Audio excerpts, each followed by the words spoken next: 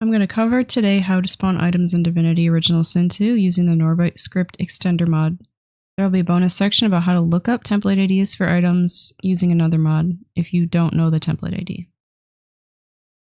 This came up in my Act 2 playthrough because I needed an Augmentor herb to make the Witch's Potion. For some reason, I couldn't find any Augmentor herbs at the traders, I couldn't find any on the map, and Han was already busy.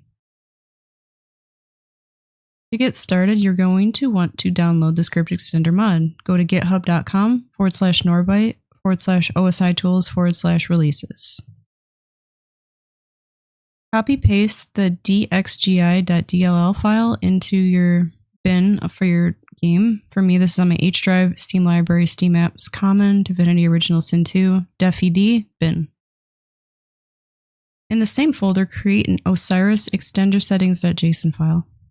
Open this JSON file up, add the item that you see on the screen. It's a JavaScript object with a couple of items. What this does is it launches a console window whenever you launch the game. You can see here, if you want to look at the console, just left click on the game icon and the ribbon and you can navigate to it. This console is where you're going to copy and paste commands to spawn items. When you open the console, you might see a bunch of throw event notifications. Just hit enter and it'll go into something called server Lua console mode. If you already know the template ID of the item that you want to spawn, you copy and paste this command, replacing the template ID with whatever you're trying to spawn.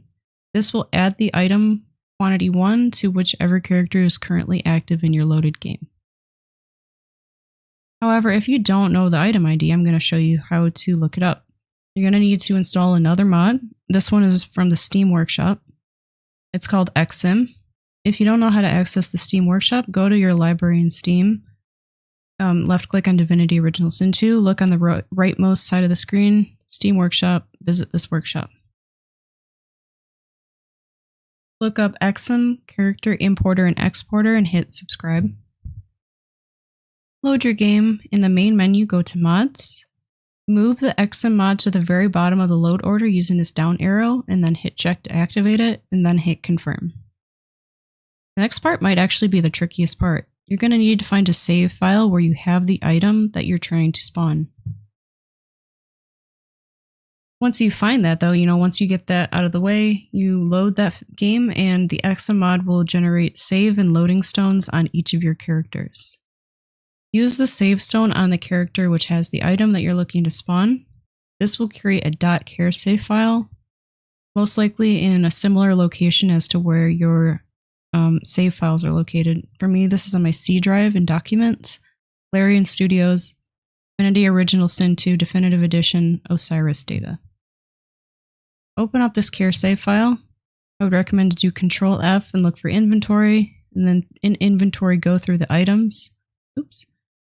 And get the string, the template ID for the item that you're looking to spawn. Quick warning about the EXIM mod. Would recommend not to save your game with EXIM installed. There's a strange bug where you get a game-breaking amount of ability points if you do. So I'd recommend to use the save stone, get your char save files, and then quit. Go back to the main menu and deactivate the mod when you no longer need it, and hit confirm. Once you've got the template ID of the item that you're looking to spawn, all you do is replace the string in this command and then copy, and you can right-click to paste in the console window. Here's an optional section about how to uninstall mods if that's something that you're interested in.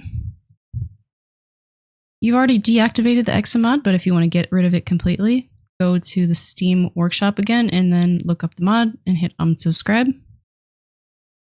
Go back to your bin folder in your Steam Apps Common path.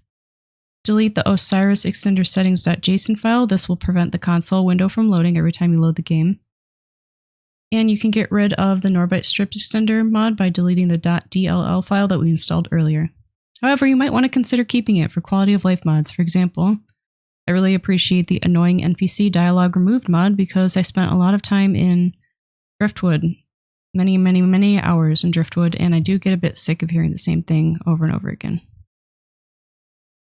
And that's it. That's how you look up item IDs and how you spawn items in Divinity Original Sin 2.